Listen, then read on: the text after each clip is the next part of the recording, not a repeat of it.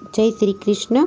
આજના વિડીયોમાં આપણે અધિક માસની 11સથી લઈ અને અમાવસ્યા સુધીનું પંચરાત્રિના વ્રત વિશે જાણીશું. બોલો પુરુષોત્તમ ભગવાનની જય. પંચરાત્રિ વ્રત એ અધિક માસમાં છેલ્લા 5 દિવસ માટે કરવામાં આવે છે. આ વ્રત અધિક માસની 11સ જે તારીખ 11 જૂનના રોજ છે ત્યારથી ચાલુ કરી અને તારીખ 15 જૂનના રોજ અમાવસ્યાના તિથિ સુધી આ વ્રત કરવામાં આવે છે, જેને પંચરાત્રિ વ્રત કહેવાય છે. ઘણા લોકોથી આખા માસનું પુરુષોત્તમ માસનું વ્રત નથી થઈ શકતું. તેમની ઈચ્છા હોય તો અમુક સંજોગો એવા હોય કે સમયનો સાથ ન હોય તો આ વ્રત નથી કરી શકતા. તેવા ભક્તો આ પંચરાત્રિનું વ્રત કરે તો આખો પુરુષોત્તમ માસ કર્યા બરાબરનું પુણ્ય પ્રાપ્ત થાય છે. આ પંચરાત્રિ વ્રત જે અધિક માસની એકાદશીથી લઈ અધિક માસની અમાવસ્યા સુધીનું વ્રત છે. આ વ્રત કરવાથી પાપો નષ્ટ થાય છે, સાથે જ ભગવાન શ્રી કૃષ્ણની કૃપા પણ પ્રાપ્ત થાય છે. ધર્મ, અર્થ, કામ અને મોક્ષની સાથે સાથે વૈકુંઠ ધામનો અધિકારી બને છે. આ પંચરાત્રિમાં દીપદાનનો પણ ઘણો જ મહિમા છે. ઘણા ભક્તો આ 5 દિવસ સુધી અખંડ દીપક પ્રગટાવે છે અને અમુક દાન દેવાનો નિયમ પણ લે છે. આ 5 દિવસમાં પીપળાની પૂજા, તુલસી માતાની પૂજા, દીપદાન, ગાય માતાની પૂજા તેમજ જરૂરિયાતમંદોને દાન પુણ્ય કરવામાં આવે છે. આ પંચરાત્રિ વ્રતમાં ભગવાન શ્રી કૃષ્ણનું, ભગવાન નારાયણની પૂજા ભક્તિ કરીને તેમને પ્રાર્થના કરાય છે કે હે પ્રભુ, અમારું કલ્યાણ કરો, અમારી સાથે સાથે મારા પરિવારનું કલ્યાણ કરો, અમારી જીવન નૈયાને પાર ઉતારો, આપનું શરણ અમને આપો. આ પંચરાત્રિનું વ્રત કરવાથી ગંગા સ્નાન સમા પુણ્યફળની પ્રાપ્તિ થાય છે. સઘળા પ્રકારના કષ્ટો અને દુઃખો દૂર થાય છે અને ભગવાન પુરુષોત્તમના આશીર્વાદ આપણા ઉપર બની રહે છે. આ વ્રત દરમિયાન પવિત્ર તીર્થ સ્થાનોમાં જઈ અને સ્નાન કરવું તેમજ આ દિવસોમાં પારકુવન ખાવું નહીં, કોઈની નિંદા ગુથલી કરવી નહીં તેમજ સાત્વિક આહાર લેવો. આ વ્રત દરમિયાન ભગવાન શ્રી કૃષ્ણની સેવા પૂજા કરવી અને ભગવાનને 2 તુલસી દળ અવશ્ય અર્પણ કરવા તેમજ ભગવાન સમક્ષ અખંડ દીવો પ્રગટાવીને રાખવો. તે પછી ઘીનો હોય કે તેલનો પણ કરી શકાય. 5 દિવસ સુધી જમીન પર સૂવું અને કોઈ દાન આપવાનો સંકલ્પ પણ કરવો. આ વ્રતના પુણ્ય બળે સર્વ સંકટ બાધા દૂર થઈ અને ગૌલોકધામની પ્રાપ્તિ થાય છે. હવે આપણે પંચરાત્રિ વ્રતની કથા વાર્તા સાંભળીશું. ભગવાન શ્રી મધુસૂદન રાજા યુધિષ્ઠિરને કહે છે, હે રાજન, અધિક માસની કૃષ્ણ પક્ષની એકાદશીથી પૂર્ણિમા સુધીનું પંચરાત્રિનું વ્રત કરવાથી જેટલું ઉત્તમ પુણ્ય પ્રાપ્ત થાય છે તે બધું કહેવા માટે તો હું સામર્થ્ય પણ નથી ધરાવતો. છતાં પણ થોડું કહું છું. જે મનુષ્ય પંચરાત્રિનું વ્રત કરે છે તેને પવિત્ર જળાશય, તળાવોમાં સ્નાન કર્યા બરાબરનું તેમજ ગંગાજી, યમુનાજી વગેરે નદીઓમાં નાહવાનું પુણ્ય પ્રાપ્ત થાય છે. ગૌદાન વગેરે દાનોનું પણ પુણ્ય પ્રાપ્ત થાય છે. ગયામાં શ્રાદ્ધ કર્યાનું પુણ્ય પ્રાપ્ત થાય છે.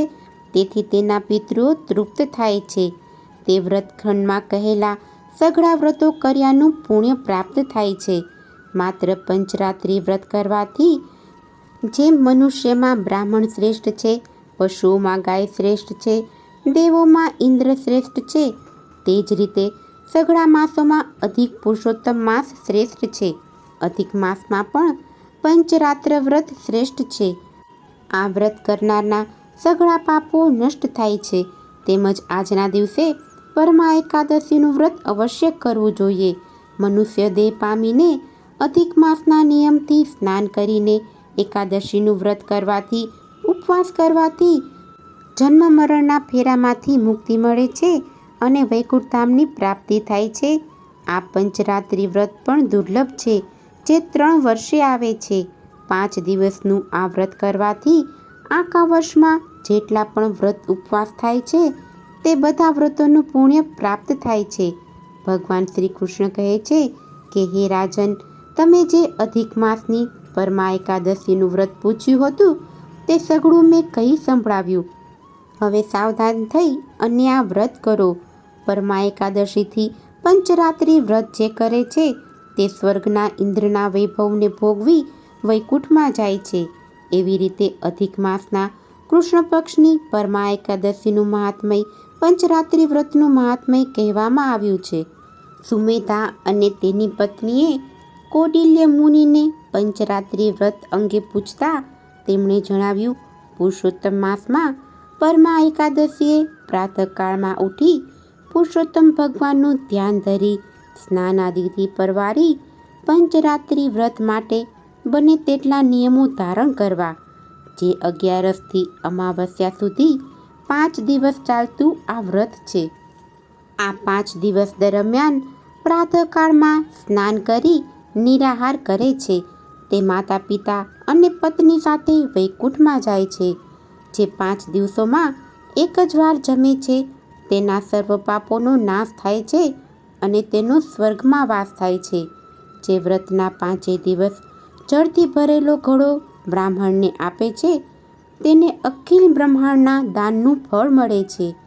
5 દિવસ બ્રાહ્મણોને જમાડનારને જગતને જમાડ્યાનું ફળ પ્રાપ્ત થાય છે.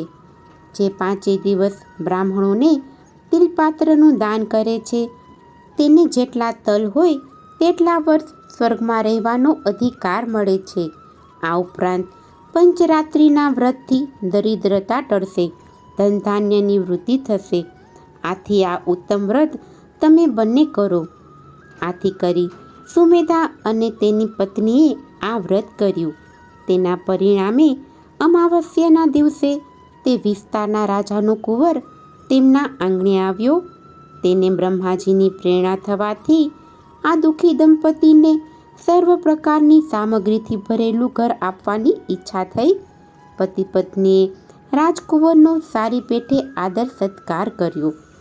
રાજકુમાર તેમને નજીકના ગામમાં લઈ જઈ સર્વ સાધનોથી ભરેલ ઘર દાનમાં આપ્યું અને જીવન નિર્વાહ માટે એક ગામ પણ આપ્યું. આમ પંચરાત્રિના વ્રતના પ્રતાપે સુમેધા અને તેની પત્ની અનેક પ્રકારના સુખ ભોગો ભોગવી છેવટે વૈકુંઠના અધિકારી બન્યા. બોલો પુરુષોત્તમ ભગવાનની જય. કૃષ્ણ કનૈયા લાલ કી જય. જો તમને આજની આ કથા પસંદ આવી હોય તો એક લાઈક આપી ચેનલને સબસ્ક્રાઈબ કરો. આજની આ કથા સાંભળવા બદલ આપનો ખૂબ ખૂબ આભાર. જય શ્રી કૃષ્ણ.